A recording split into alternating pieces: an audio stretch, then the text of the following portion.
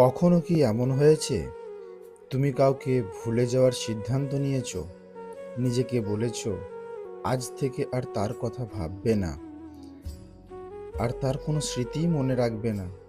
কিন্তু আশ্চর্যের বিষয় হলো, যত বেশি তাকে ভুলতে চেয়েছো তত বেশি সেই মানুষটার কথাই মনে পড়েছে।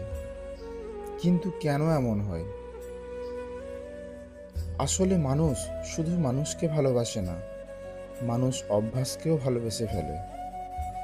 প্রতিদিন কারো সাথে কথা বলা, তার মেসেজের জন্য অপেক্ষা করা, তার ছোট ছোট কথায় হাসা, তার রাগ, তার অভিমান, যত্ন, ধীরে ধীরে এগুলো আমাদের জীবনের একটা অংশ হয়ে যায়।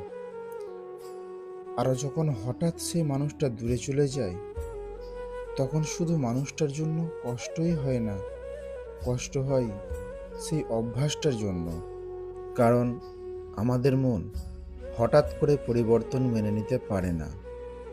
তাই তুমি হয়তো নিজেকে বোঝাও, আমি তাকে ভুলে গেছি, কিন্তু রাতের কোনো নীরব মুহূর্তে, কোনো পুরনো গান শুনে, কোনো পুরনো রাস্তা দিয়ে হাঁটতে গিয়ে হঠাৎ তার কথাই মনে পড়ে যায়। সবচেয়ে কষ্টের বিষয় কি জানো?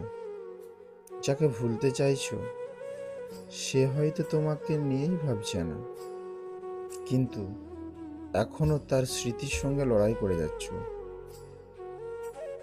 কারণ ভালোবাসা কখনো ইচ্ছা করলেই শেষ হয়ে যায় না, ভালোবাসা শেষ হয়ে যায় ধীরে ধীরে, অনেক সময় নিয়ে।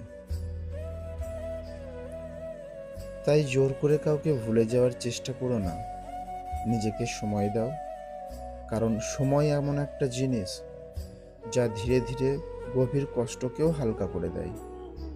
আর মনে রেখো, যে মানুষ তোমার জীবনে থাকার কথা সে কখনো তোমাকে হারিয়ে যেতে দেবে না। ভিডিওটি ভালো লাগলে অবশ্যই লাইক করবেন এবং চ্যানেলটিকে সাবস্ক্রাইব করে পাশে থাকবেন।